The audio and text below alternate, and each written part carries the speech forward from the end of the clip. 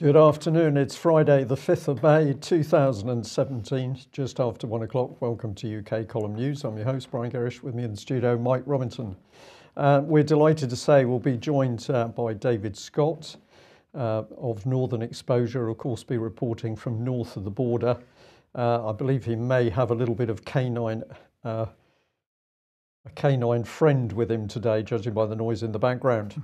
Well, we have survived the elections. The question is, will UK survive the elections and the road that we can see mapped out in front of us?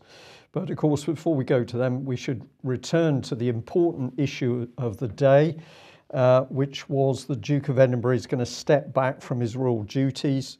We were not that complimentary, but it appears that the Times feels that people ought to be sticking up for the aged gentleman, a sage and moderniser, so much greater than his grumpy image.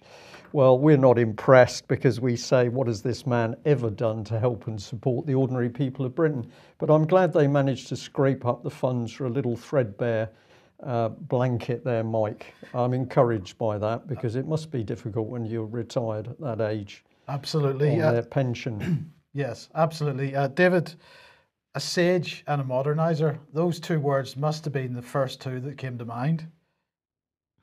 There are very few things to say about that. Do they mean the well-known brand of accountancy software, or do they mean sage as in, I'm just looking at the definition here, a thinker, savant, learned man, man of letters, philosopher, scholar, Solomon. Not exactly how I would have put it. No. We'll move on. Okay. We'll move on to the local elections. I hope everybody voted. I say that with some slight sarcasm. But anyway, well, the news, of course, of the local elections is the absolute obliteration of UKIP. I think it's no surprise to us, Brian. No surprise at all. And I'm very happy to say I'll make it a personal comment so there's no misunderstanding that I have been warning the body of the UKIP church for years that Nigel Farage would lead the party into a cul-de-sac. He was waving the banner, but of course he came out with the magic words, Brexit, it's all over, we've done our job. That was the biggest lie of the century, and now they're paying the price. So let's look at the results that are known so far. Now, apparently there weren't too many councils running counts overnight because they would have had to pay people time and a half or double time to do that. And in this age of austerity, they were therefore leaving most of the counts to office hours today. But an hour or two ago, this is how it stood just before we came on air. The proportions aren't so different, but we've got a runaway success for Theresa May. Yeah. And this is extremely dangerous. We're going to stay with this theme because we can see exactly where Theresa May is trying to go, which is for an increased majority. And once she's back in government with that increased majority, we are going to see a police state emerge, the likes of which has never been seen before. The evidence is all there. We're going to show you some of that evidence today. Well, I thought we'd have a look at this tweet from Vicky Young from the BBC saying, strange tactic from UKIP leader saying Tory advance price worth paying for Brexit. Well, that perhaps gives us a clue to his mindset if he believes that the success of the Tory party here is a price worth paying for Brexit. First of all, it means he doesn't recognise what the Tories mean by Brexit. And second of all, it's a total well, how can we betrayal? It's betrayal of all the hard-working UKIP people, and of course it was largely the work of the UKIP people on the ground that started to get the message out on the streets, which gives rise to 17 million people voting to leave the European Union. And then we have somebody here saying, well, you know, you might as well go and vote for Theresa May now. But it was Douglas Carswell's answer. It's over. It's over. What was he referring to? He was referring to UKIP, I believe. Other tweets that Douglas Carswell were put out, several of them said job done. And of course, in my opinion, what that means is that his job was done in destroying the party, which he absolutely successfully did by continuing to create the sort of fractious tension within the leadership, which he and Nigel Farage managed to hit it off extremely well in that regard. They did, and what we can talk about firsthand because of reports that UK Column has had from UKIP people across the country is virtually no support from the hierarchy of the party during the election process. People left to do what they could on the ground with their own knowledge. And this, of course, has been the theme with UKIP ever since Nigel Farage has been leading the party. And at the moment, UKIP trying very hard to sell itself on broader policies, quite rightly, and some very good ones. But of course, again, Nigel Farage not talking about the key issues as to what has actually been going on in UK. And one very telling area that Nigel Farage simply will not talk about is the loss of UK's military into the EU unified military structure, which is continuing on a daily basis. So, David, what are your thoughts on this? Because what Farage has done here quite successfully is to reunite the Conservative, with a small c, the Conservative portion of the vote. Well, there's a big question as to whether the Conservative Party actually represents the Conservative portion of the vote, because there's not a lot of genuine Conservative attitudes being shown in what they're putting forward as a policy. Either side of Hadrian's Wall, they seem to be positioning themselves as some sort of centre-left party, and that leaves the right wing and Conservative viewpoints in this country unrepresented, and that's why UKIP arose, and now UKIP has been thrown away, and it failed to organise itself into a longer lasting political force. So once again, we have a choice between the centre left and the marginally further left, and all of it is big government, all of it is big state, and all of it seems to be operating to agendas that are made not in the streets and byways of Britain. Absolutely. Well, we had one local election result which ended up in a tie. And as a result, you may be able to see it in the image there. As a result, the decision was made by drawing straws, David. And thanks to Alex for sending me this. Now, just to clarify what the rules are in this country, where there is a tie between two or more candidates receiving the same number of votes, the acting returning officer will decide the result by lot. It's a matter for the acting returning officer to determine the method used. So I thought that drawing straws was a bit of a wimpy sort of response to this. I thought perhaps pistols at dawn or swords or something might be a better option.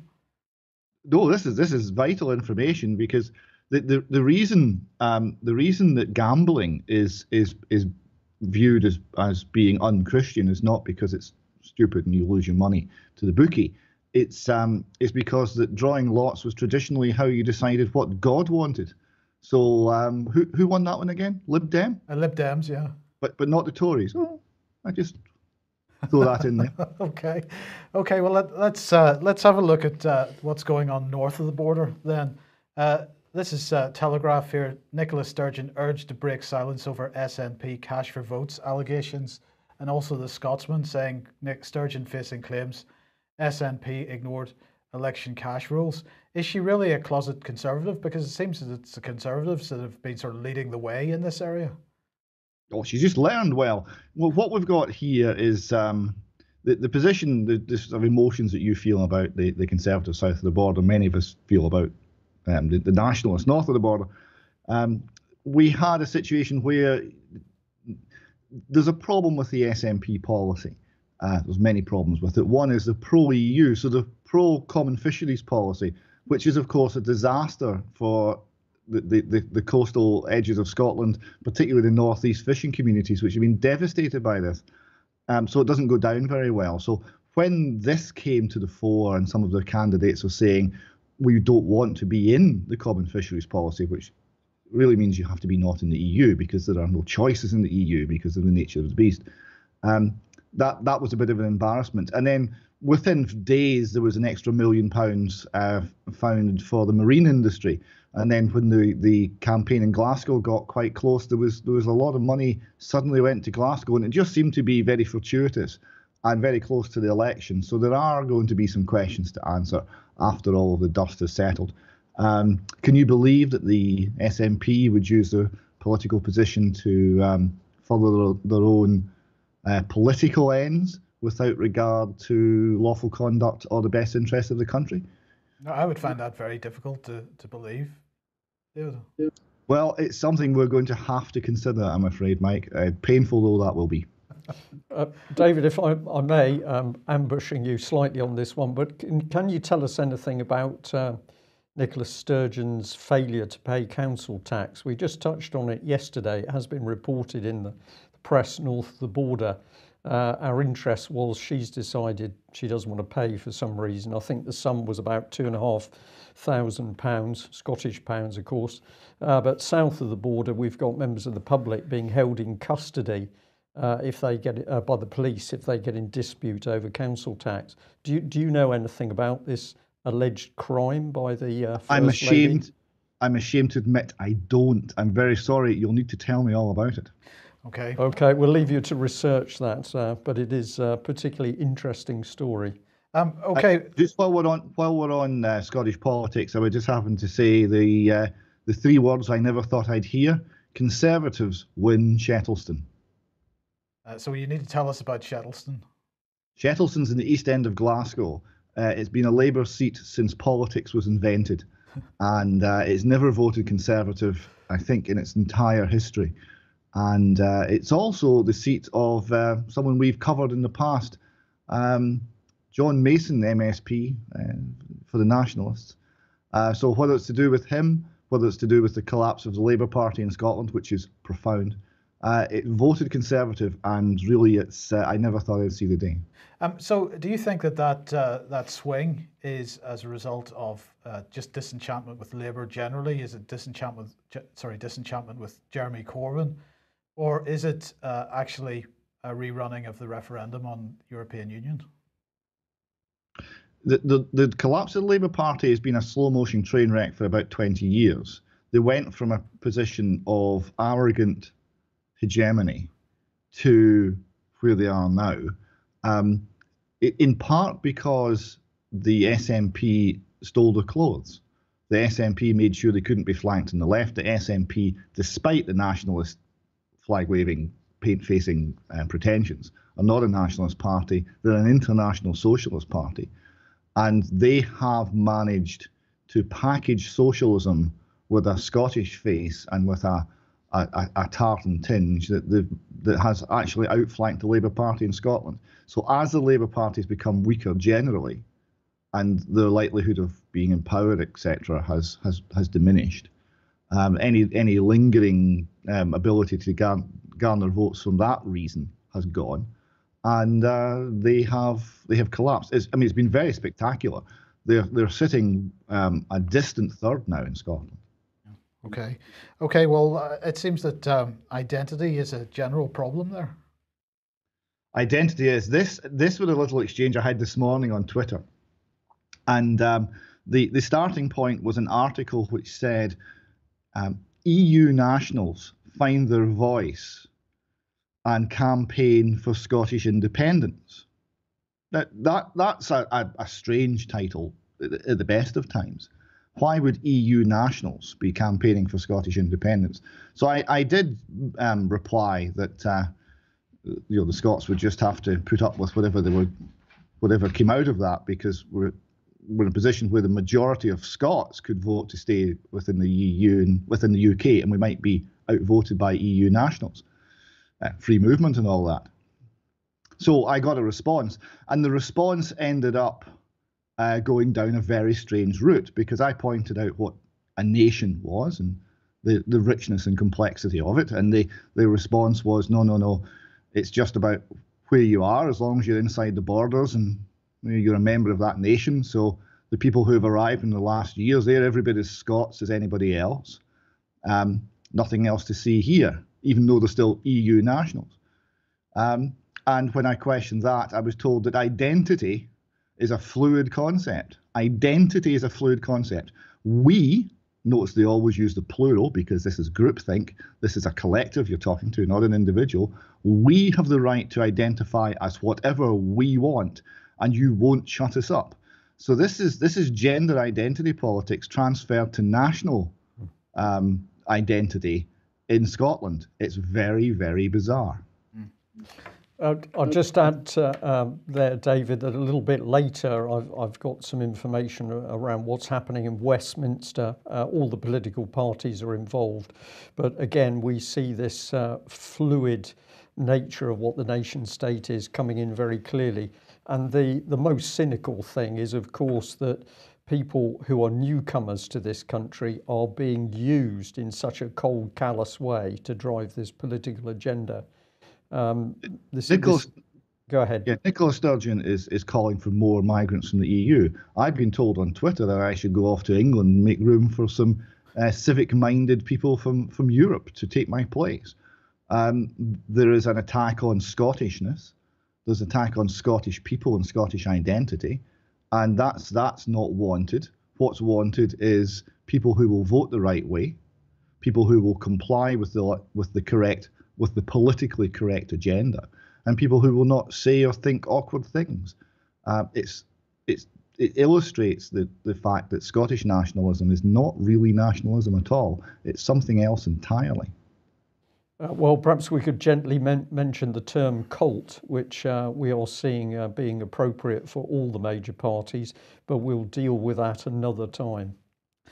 Well, let's have a look at this then. So this is the Law Society, and they have produced a document for the general election 2017 called Our Vision for Law and Justice. And they say, following the announcement of a general election on the 8th of June 2017, this document outlines what we believe, Law Society, believe the next government's priorities should be to maintain the integrity of our jurisdiction, remove barriers to justice, and uphold the rule of law.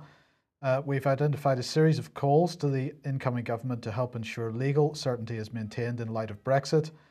Every individual has effective access to justice, that human rights are safeguarded, including in business, and modern slavery is combated. So they say that Brexit will be the largest ever change to the UK's legal framework. Over the years of membership, our legal system has become intertwined with that of the EU. Unravelling this is a complex task, potentially resulting in significant changes to the rights and obligations of individuals and businesses. So there's perhaps an early clue as to what this is about, because they're talking about rights and obligations, because you don't get rights if you're dealing in the world of human rights unless you meet your obligations. You only have the right to life if you meet your obligations to pay your taxes and all these other things. Throughout the negotiation, they say the withdrawal period, it is crucial that the UK government does all it can to maintain legal certainty as well as promote the rule of law and independence of the profession, and which play a key role in administration of the justice system. And they talk about the civil and criminal justice. They talk about the impact of court fee increases. They talk about human rights, that the UK is a global leader in promoting human rights. But they want to see the retention of the Human Rights Act or replaced by a British Bill of Rights. David, guess how many times, bearing in mind this is from the Law Society and we're talking about law, guess how many times the word common appears in this document? Well, I wouldn't have thought very often, logically. Well, a total of 0 times. 0 times. So the Law Society here, which is supposed to be the British Law Society, is in fact promoting European law, European legal systems. They want to see European jurisprudence brought into this country, or corpus juris brought into this country, a new Bill of Rights, and no mention of the Constitution, no mention of separation of powers, no mention of anything.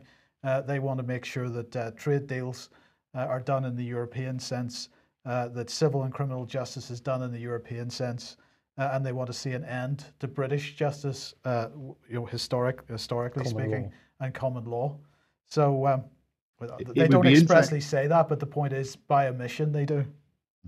It'd be interesting to see how often the word rights appears. We have rights for everything.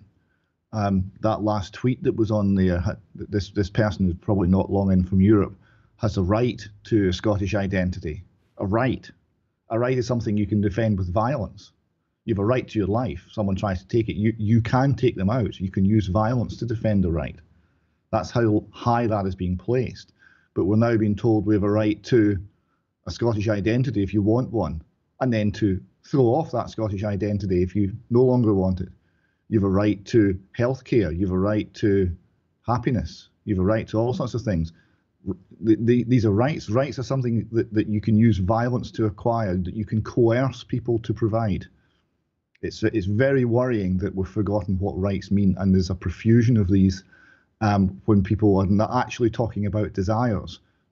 The language has been changed. The words have changed meaning. Yeah, so you degrade the value of a right, and of course, and then a right, which is a desire, is something that you only get if you meet your obligations. You are coerced into doing something which means that you get your rights. That's the modern form of government. Yes. Yeah.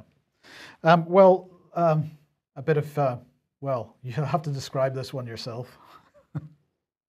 The leader of the Scottish Conservative Party, Ruth Davidson, came up with, it was a good line, and I think in a grim world we've got to acknowledge a good line. So he was describing the Scottish nationalists and how they're telling half the people of Scotland that the forthcoming general election has nothing to do with Scottish independence, and they're telling the other half that it's vital and the key issue is Scottish independence. So the Conservative leader was mocking this duality and duplicity, and saying that the claim that the independence referendum was nothing to do with the general election was hard to substantiate when you'd seen Nicola sitting on a motorbike festooned with yes stickers, and she paused and she said, like a gnat out of hell. So I want you to carry that phrase and that little image the rest of the day. You're welcome. Okay, this is perhaps a little more serious then. So, because we've seen a couple of articles along this line over the last few days. This is from The Wire saying EU to formally announce that a united Ireland would be an automatic full member of the European Union. What is this? If they actually try to push this forward, what is this likely to do to Ireland? Well, it's potentially destabilizing to Ireland, but it's the timing of it all that strikes me. I mean, clearly, if you have a state from outside the EU with historical links to one inside the EU and they're reunited, are they inside or outside of the European Union? Well, we've always known the answer to that because Germany went through exactly that process, and there was no question that the united Germany pays all the money. Was going to be within the EU. So it's not really news. Why raise it now? Well, it's raised to put more pressure on Britain. It's raised to put, I see this part of an attack on the integrity of the United Kingdom. What we're seeing here is European power, having been thwarted by the Brexit vote, is now counter-attacking by trying to dismantle the United Kingdom. So that's happening in Ireland, where they're trying to put out feelers to see if they can get a united Ireland to split Northern Ireland off from Britain. It's happening in Scotland, partly by the never-ending encouragement of nationalist tendencies from Europe, from the EU, from the European Parliament, and partly by the changing the demography of Scotland with European immigration into Scotland to change the voting intentions. And potentially the outcome. If I absolutely accept what you're saying, David, but if what you're saying is correct, then basically the EU clearly isn't paying attention, because if they were, they would recognise that all they have to do is sit and wait, because the British government is doing a fantastic job of destroying the UK from the inside. They don't need any external assistance. Well, they don't realise that. I mean, the response from the EU this last week to belittle, berate, and threaten the United Kingdom shows a complete lack of understanding of the nature of Britain and the nature of the British people. The one thing that they don't like, be the English, Scots, Welsh, or Irish, is to be pushed around by a foreign power. Okay, there's a lot to discuss around that area. We're just watching the clock a little bit. Let me bring this one in. Thank you very much to the viewer that emailed this in this morning. So we've got parliament.uk. Background, this is all about Britain's theatre industry, and it's crowing that theatre gives a turnover of 15.1 billion, of which 7.7 billion goes to the UK economy. So I'm interested in theatre because we hear this being used on the world stage, don't we? Actors in the theatre of events, whether it's Syria or elsewhere. But this caught my eye, so we just bring this in on, bring it in on screen. Here we are. The NHS looks after us physically, but theatre looks after us spiritually.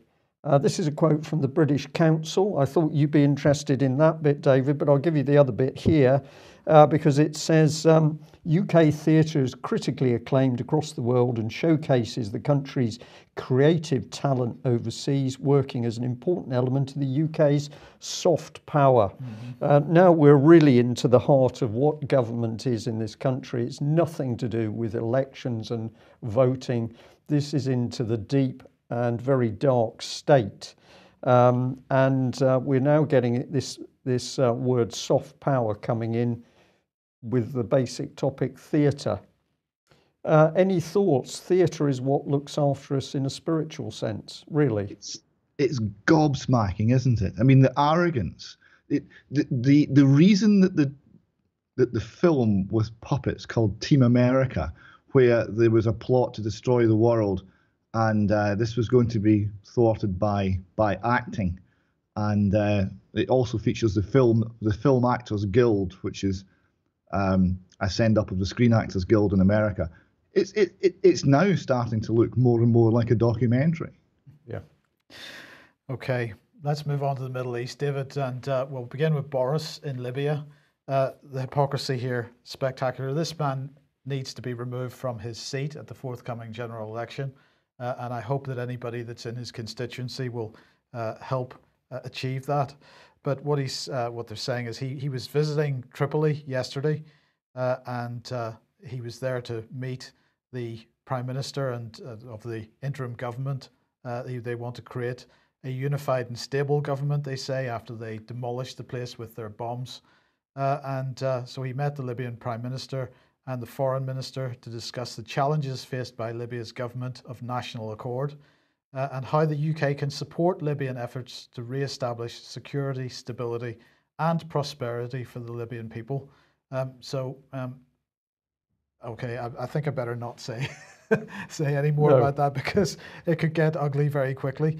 Let's see what he had to say. He said Libya's political and social groups need to seize the momentum offered by the welcoming meeting between the Prime Minister and Marshal Haftar earlier this week to set out a path towards Libyan reconciliation and unity. Security, stability and prosperity can only be achieved when the country's leaders choose to get together and work out a plan for the common benefit of Libyan people. Establishing effective governance is also the key to defeating terrorism in Libya and countering illegal migration. Which is why they've got common purpose paid by the EU to help reform the Libyan government and civil service, or equivalent of. Yes. I wasn't clear how Boris Johnson would recognise effective governance.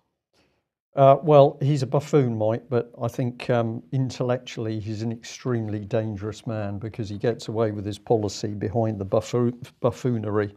Right. So he'll be up to no good there. Mind you, when Blair went there, people died. So presumably Boris has been there. We can expect more deaths in Libya. He also went to Tunisia, so we'll see what happens there in the not too distant future. But let's have a look at this one. This is Daily Mirror saying, this is from yesterday, I think, saying Theresa May plots snap vote on bombing Syria, but is she turning into Trump's poodle? And of course, this is a bit of propaganda here, again reinforcing the idea that it's the United States which is driving the potential action in Syria in the coming weeks, when in fact it's Britain. If we look at the attack on Trump with regard to the alleged Russian intervention in US politics, that's all come out of ex-MI6 people. And it's Michael Fallon and Boris Johnson that have been putting pressure on for bombing Syria. So this is not about doing what Trump might wish us to do. We've just got to bring in here, Mike. They're talking about bombing Syria. We're talking about bombing, according to reports. We're talking about bombing Assad's forces, which is effectively bombing the Russians. So this is going to get very interesting very quickly. Absolutely, absolutely. And they're not talking about bombing ISIS. Of course not. We're going to come on to a little bit of that in a second. But let's look at this one, David, because you sent this to me. I've seen this elsewhere. Another example of what Vanessa Bailey has been pointing out for quite a long time now, that everywhere you look, when you see the white helmets or something related to the white helmets, you find terrorists, and this is just another example of it. Terrorists everywhere, and terrorists who are prepared to do anything. I did watch and will probably never forget the video of the terrorist beheading the young Palestinian boy from that neck of the woods, and it was ghastly. And you're talking about people who will do absolutely anything. They're perfectly prepared to kill some children to bring America in on their side in a war and start bombing the Syrian army. They would do it in a heartbeat. So the mainstream media's obsession with believing every bit of propaganda that comes out of Syria, dismissing every statement from the Syrian government as obvious lies, and believing the terrorists is bizarre. And it's going to, if the people don't make their voices heard, make it clear we're not buying this rubbish anymore, they're going to persuade and cajole and bully us into another futile, destructive war where more British and American blood will be spent, and the potential of triggering something truly horrendous is getting ever closer. Boris may be a buffoon, he may be a clever buffoon, but I don't think anyone is suggesting he has the sort of geopolitical ability to redesign the world. And that is what they're trying to pretend they can do. Absolutely. Well, the true nature of ISIS, then we get another hint from Hamid Karzai, the former Afghan president. And he was talking about the dropping of the Moab bomb in Afghanistan a couple of weeks ago. This is the massive ordnance air blast bomb, which was experimented with by the United States, apparently to blow up ISIS in their caves, because ISIS seems to have taken over the caves that were occupied by bin Laden, as if by magic. And he was quite disparaging about this whole situation.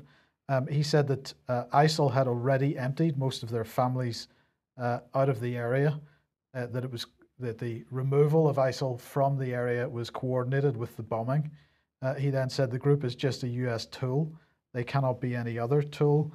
First, ISIL comes to drive people away. That's the people out of the caves, the terrorists out of the caves. And then the US comes and drops their big bomb. Come on, is what he's saying.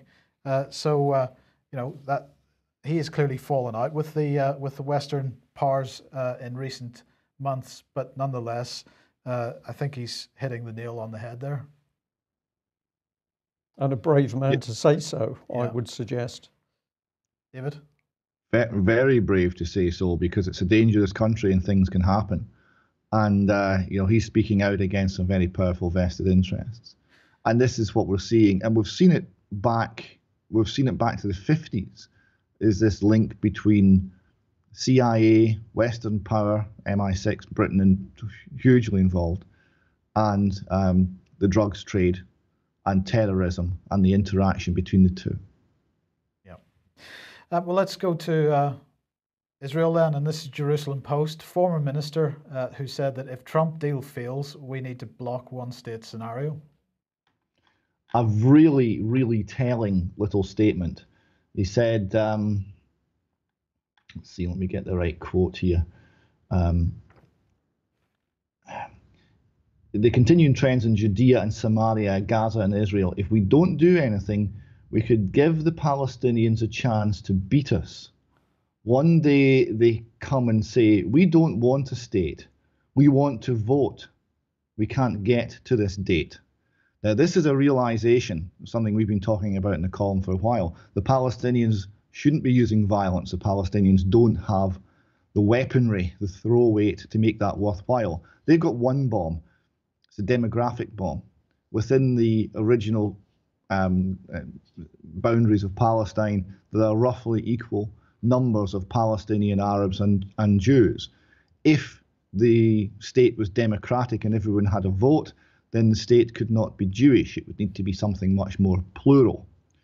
And that is the big threat that the Jewish right wing now see. They see one state as the one state could not be both Jewish and democratic. It would have to pick. David, I think I'm correct in saying that it's specifically, the policy is specifically put forward as a Zionist policy in that article. So if I'm correct, of course, this helps us differentiate between what the people of Israel might want and what the Zionist political regime wants to achieve. I think what you're alluding to there is the diversity of opinion in Israel. And that's absolutely correct. There was an article within the last week that was discussing the possibility of civil war in Israel, because the split between those who want to have a Jewish state along the shores of the Mediterranean and those who want to have an expansionist, an exclusive Jewish state displacing Arab populations is now so fundamental that some people within Israel are seeing civil war as the only potential future there. Now, whether it's quite that bad, I'm not so sure, but that's what was reported in Haaretz, the Israeli paper. So you're seeing a huge split between sides of opinion within the Jewish world as to how to reach any sort of resolution. It's a horrendous problem, something that hopefully we can talk about in more detail in maybe another venue. A truly horrendous problem to find any peaceful way forward. Thank you. Okay, let's move on to children's issues and back north of the border. On Wednesday, you were at the Fresh Start Foundation conference, David. Yes, we had our launch conference on Wednesday. It was tremendously warm, emotional, very spirited meeting. A lot of great speakers. The speakers were fantastic. You see two of them there. You see Shirley Cooper and our own Robert Green. And it was a tremendous day, and it was an excellent start. And we are now sitting down and starting to look at some of the detail of how we can provide what the victims and survivors of child sexual abuse in Scotland need, which is truth and justice. And it actually made it into the mainstream press as the Daily Record covering.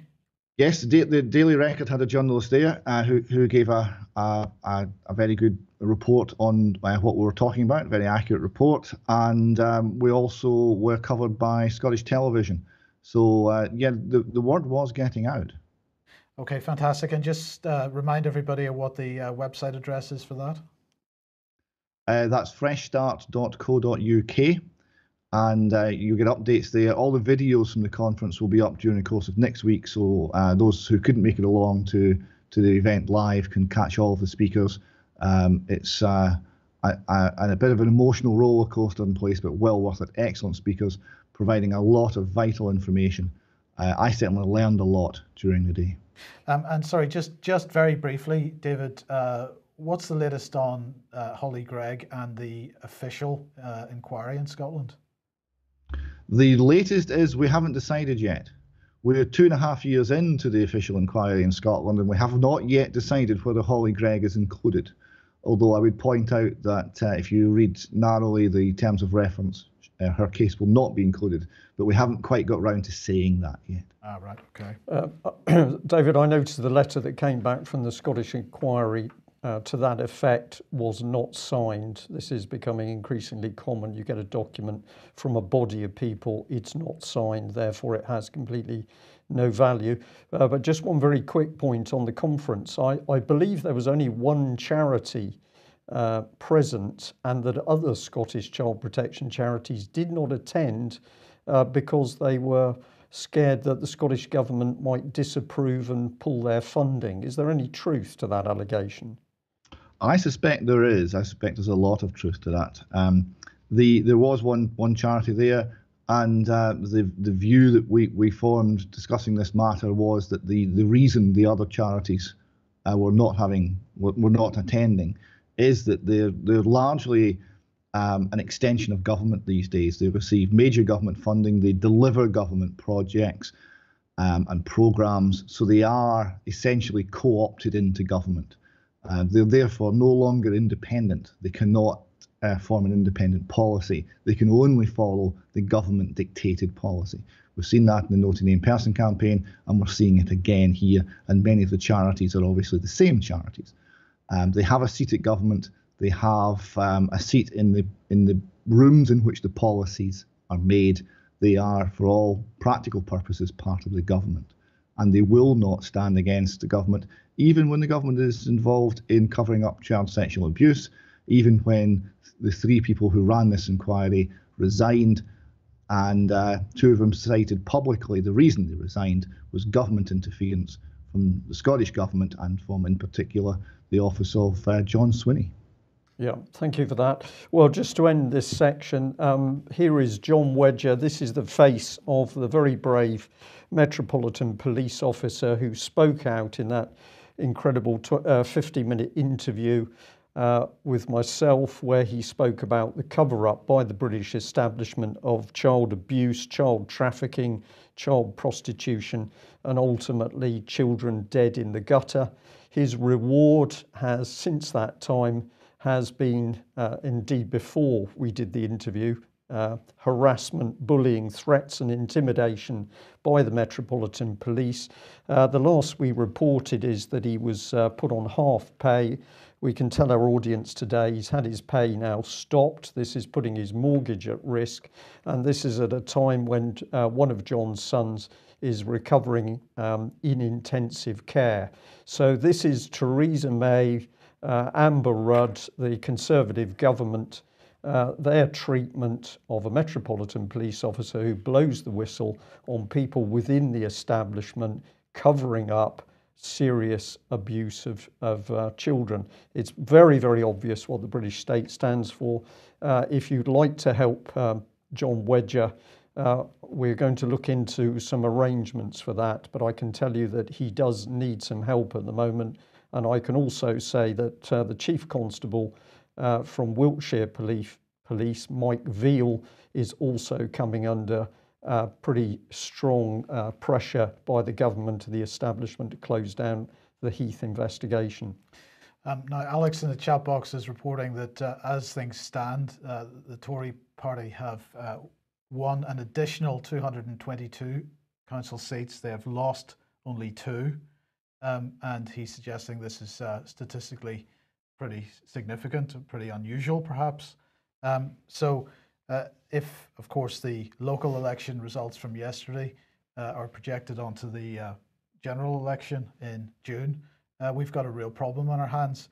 So not only are we going to have continued cover-up of child abuse, we're going to be bombing Syria, but we also have this to deal with, because this is Open Rights Group, who have publicised the fact that the Home Office has launched a consultation on the Investigatory Powers Act. Now, this is some specific technical capabilities that they want, and they're presenting this as a draft statutory instrument. So this is secondary legislation.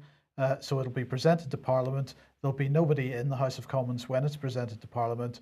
It'll be rubber stamped and will go through without any particular issues. But what they've done in the meantime, they're running this consultation, which they have kept secret, except that the whistle's been blown on it. And so they have distributed the draft document to a few industry bodies for comment. They have not made it public. They have not published it on the gov.uk website. And it's a pretty spectacular document. So here is the document here. This is the Investigatory Powers, the Investigatory Powers Technical Capability Regulations 2017. What are they proposing? They're proposing that there need to be encryption backdoors if anybody in the UK, any internet service providers, any telecommunications companies are providing encrypted services in the UK, they're going to require backdoors in that encrypted service. So no end-to-end encryption that can't be got round.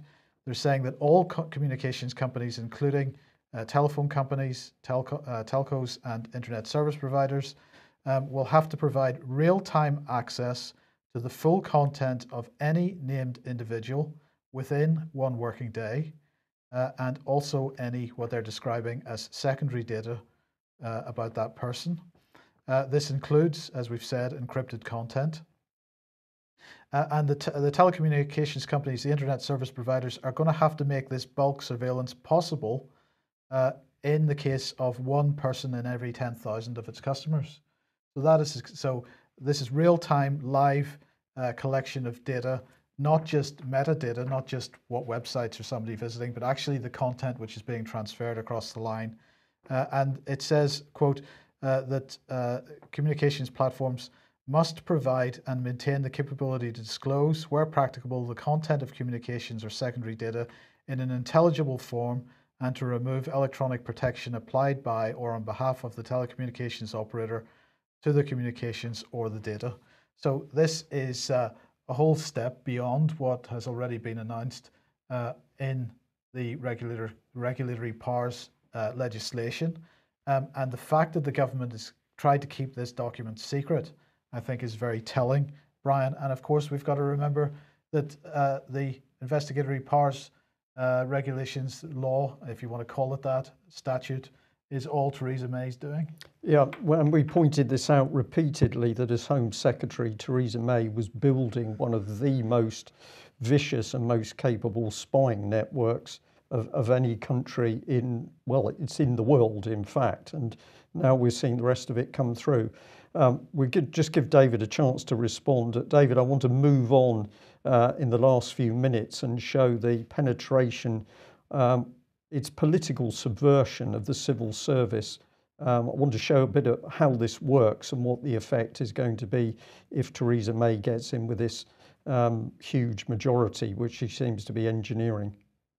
If I can just add, at the Fresh Start Foundation conference in Perth, there was one charity. There was also one member of the Scottish Government, a civil servant from the Scottish Government, in attendance. And when the person from the charity had finished speaking, the Scottish Government person left. So what was that? Was that just monitoring? Was that investigatory powers? We'll find out. There may be a backlash for that brave charity. Okay, but the important thing is that people took the action themselves and made that event happen. And of course, that's giving a pretty strong message back to the Scottish Government. Right, let's take the lid off a very old subject, but it's one that we need to revisit, and in quite a hurry. This was a report that UK Column put out several years ago. It was to do with insider dealing of common purpose in a leadership committee run by the Cabinet Office. And the meat of it was that that leadership committee was prepared to falsify the minutes in relation to common purpose training the top 200 civil servants. There was a bland statement. Running workshops for the top 200 on the common purpose model was proposed. So that's how they sold it the first time round, whereas the reality was Helen Ghosh from the government had proposed the training, and that Helen Ghosh and David Bell, the chairman of trustees at Common Purpose, who was present in the meeting, were going to agree that this is insider dealing. What we wanted to highlight is the type of people in that meeting. So we've got everybody from Gus O'Donnell through to Helen Ghosh herself from DEFRA. That is very interesting because DEFRA was the first government unit to accept behavioural training. And down at the bottom you can see David Bell there. Now I've labelled the common purpose people that we knew about in the meeting. So clear insider participation by common purpose at the highest level of government. But we just wanted to follow through on this gentleman, Bill Jeffrey from MOD. Let's have a look at him. Here he is. At the time, Cabinet Office Security and Intelligence Coordinator, very, very senior people. He's now moved across to chair of the independent think tank, the Police Foundation. But at the time, he was mixing in a committee with Sir David Bell. Who is Sir David Bell to be having these secret meetings at the heart of government? And why were they using insider dealing to hand out contracts? Well, it's been only the UK column that's followed that through. But let's have a look at this man now, because he's into the Policing Foundation, which is there to improve policing for all our benefit. So we had a little look at their accounts, always a good place to go. And in the text, we were very interested to see that a mere 2.25 million has been received from the Doors Trust. Well, we took a look at the Doors Trust. That's pretty easy to deal with because there's only 3 people involved. But one man of those 3 caught our eye, and it's this gentleman, former Director General of British Security Services, MI5, and chairman of the Serious Organised Crime Agency, and this is Mr. Lander. Now, why would this be particularly interesting? Because we also remembered that, in fact, The Guardian pointed out that Sir Stephen Lander had links through to an IT company with contracts with every police force in the UK. No conflict of interest there. Absolutely no conflict of interest at all. But of course, behind the scenes of this mucky thing, we've got common purpose. This was a wiring diagram we put out some years ago. At the time, Bob Kerslake, head of the civil service, was in this network. Francis Maud there, the man who set up the behavioural insights team. I'll just pause there for you, David. This is really absolute proof that the party system is itself theatre. The country is being run by a deep state, which is a mixture of banks and people from the establishment. We don't really understand where their power comes from. Yes, that's absolutely correct. My namesake, Peter Dale Scott, a Canadian writer and professor of, what was it, philosophy, I think, originally, has written a lot about the deep state in America, and it's just the same here. What we see is theatre. It's not real. It doesn't matter who you vote for. The government always gets in, and the agenda is set by people that are beyond the ken and the vision and the censure of the people. Right, and let's follow up on this, because you mentioned this fluid identity. Where does this come from? Well, thank you very much to another viewer who said, are you aware of Patchwork? We were not, but we are now. So Patchwork for the democratic age. Let's see what they're doing. They're recruiting innocent young people. They're training and reframing them using the role model of Western party politics. I've put in corrupt because that's the reality of it. They're running masterclasses to train these young people in this political theatre. And then the selected individuals are being fast-tracked for political leadership. And of course, what are they promoting? Social and political change and the wider change agenda. What is that change agenda? Well, this is big society. This is rules-based international order, which Theresa May has been talking about. And this is Cameron's big society coming to fruition. And let's put in common purpose again, because common purpose, people involved with Patchwork and through to the big society. So this is what they say about themselves, that Britain is really only a patchwork of people stitched together in order to make something much better than the original nation state. And if you check their website, you can have a look at all of the political bigwigs involved in the briefing, including, of course, prime ministers. So this is deep politics, which says Britain is no longer to exist as a nation state. This is happening north of the border. And if I can just bring the lady in on, I'll just show you this. Who funds this organisation? Well, it's the usual big names, big law firms, And oh dear, the Church of England Investment Fund. I didn't think the church was supposed to be politically involved, Mike. KPMG there, of course, under investigation for helping Rolls-Royce with their international fraud and bribery. Indeed. So this is deep state. This is the criminal cabal inside government.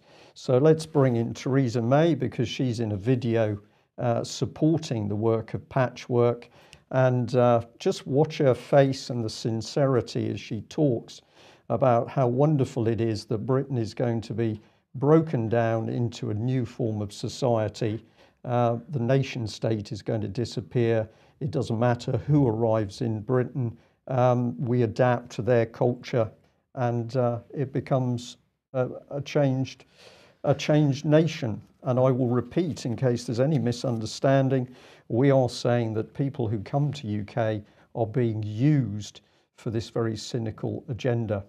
And are we able to just mention that one briefly, Okay. Mike? I think this is so important.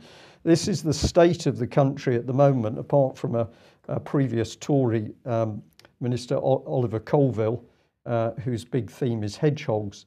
But here he is boasting that he's spoken to a number of lifelong Labour supporters in Deer Park Drive who will vote for me. We need to say, wake up, Labour, because it's going to need a lot of votes to stop Theresa May building her dictatorship. Just very quickly before we go then, AV8, 20th, 21st of May, tickets are available. Not only are day tickets available, but there are now 10 hotel rooms available as well if you want to stay as on the residential, for the residential part of it. And that's because the hotel has quickened their refurbishment program and made some additional rooms available. So that's fantastic. If you want to get some rooms, get onto alternativeview.co.uk and get those tickets. Okay, we're just about coming up to the hour. David, we're going to say thank you very much for joining us. And we'll say to our viewers and listeners, don't just watch UK Column and listen to UK Column. Pass on the information. We need to wake up those 17 million voters again to realise that the Conservatives at the moment are duping the whole country as they do not carry out Brexit. I don't think there's any simpler way of putting it. So action conquers fear. Don't sit at home. Get out there talking to people and warning them of the dangers we're in or the dangers we face. Thanks for joining us. We'll be back at same time on Monday. Bye-bye. Bye-bye.